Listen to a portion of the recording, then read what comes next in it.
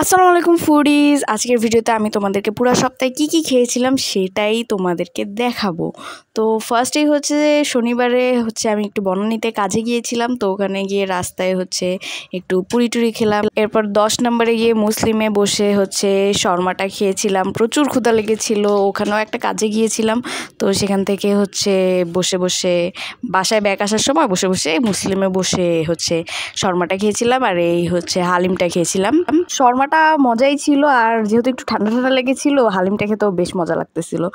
আর এরপরের দিন রবিবারে আমি 12 নম্বরে একটা ইন্টারভিউয়ের জন্য গিয়েছিলাম, তো ওখানে থেকে ব্যাক আসার সময় এই মিট বক্সটা খেয়েছিলাম। কেন জানি আমার কোনো জায়গার মিট বক্স খেয়ে না আমি মজা পাই না, শান্তি পাই না, বাট লেমনেরটা খুবই রিফ্রেশিং ছিল। তো বাসায় যাওয়ার সময় আমার কাছে মনে হলো যেহেতু বাসায় আম্মু আব্বু নেই, তো খাবার দাবার আমার যেই রান্না করা লাগবে, তো তার চেয়ে ভালো আমি বাইরে থেকে কিছু খাই। তো আমি 13 নম্বরে গাজী হোটেল আছে একটা, ওখান থেকে চিকেন খিচুড়িটা খেয়েছিলাম। দেন পরের দিন হাঁটতে বের হয়েছিলাম বিকালে, তেমন কোনো কাজ ছিল না, কিন্তু হাঁটতে বের হয়ে দেখো এই কী কাণ্ড করছি।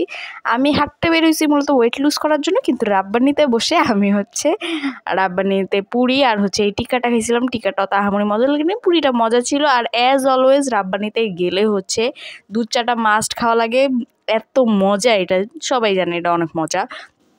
পরের দিন আমি আবার সিগনেচার ফুড কোর্টে গিয়েছিলাম, ওখানে এই চাউমিনটা ট্রাই করেছিলাম।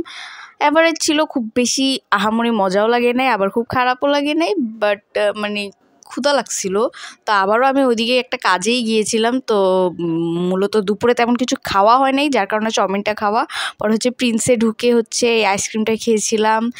দেন আমার নজর পড়লো পেস্ট্রিগুলোর দিকে, তো আমি এখানে একটা ব্ল্যাক ফরেস্ট ছিল, মেবি এটা ট্রাই করি। তো এটা খাইতে খাইতে আমার নজরে না অরেঞ্জ কেকটা পড়ছে। তো ইদানিং না আমার অরেঞ্জ কেক খেতে অনেক বেশি ক্রেভিং ওঠে, কেন জানি অরেঞ্জ ফ্লেভারটার প্রতি একটা অ্যাট্রাকশন কাজ করতেছে ইদানিং। তো বেশি দেরি না করে আমি এই অরেঞ্জ কেকটাও খেয়ে ফেলি। আর এই অরেঞ্জ পেস্ট্রিটাও না বেশ মজা ছিল। তো প্রিন্সের দেখলাম বেকারি আইটেমগুলো ভালোই মজা, তো তোমরা যদি কখনো ট্রাই করে দেখবা। আর এই অরেঞ্জটা কিন্তু মাস্ট ট্রাই করো। এই অরেঞ্জটা আমার পার্সোনাল ফেভারিট হয়ে গেছে, কেন জানি আমার মজাই লাগছে এটা। তো যাই হোক, পরের দিন সারাদিন বাসায় থাকা হয়েছে। তো সকাল সকাল উঠে সকালের নাস্তা বলতে এই স্প্যাগেটিটা রান্না করছিলাম আমি আমার মতো করে। তো দেশি স্টাইলে আর কি, চিকেন ডিম টমেটো গাজর সস সয়া সস এগুলো দিয়ে একটু দেশি বলতে একটু চাইনিজ টাইপের করছি।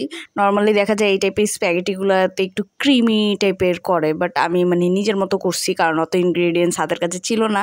তো এই দিন যেহেতু বাসায় থাকা হয়েছে, পুরো চিংড়িময় একটা দিবস ছিল।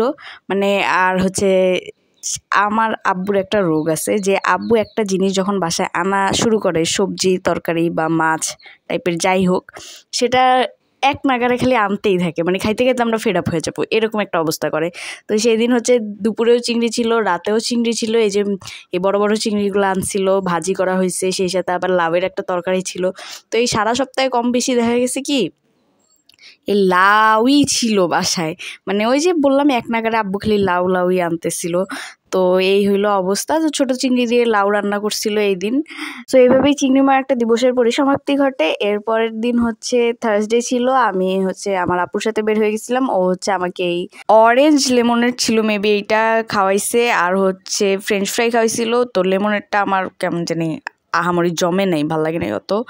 আর এই ফ্রেঞ্চ ফ্রাইটা ছিল মোটামুটি অ্যাভারেজ।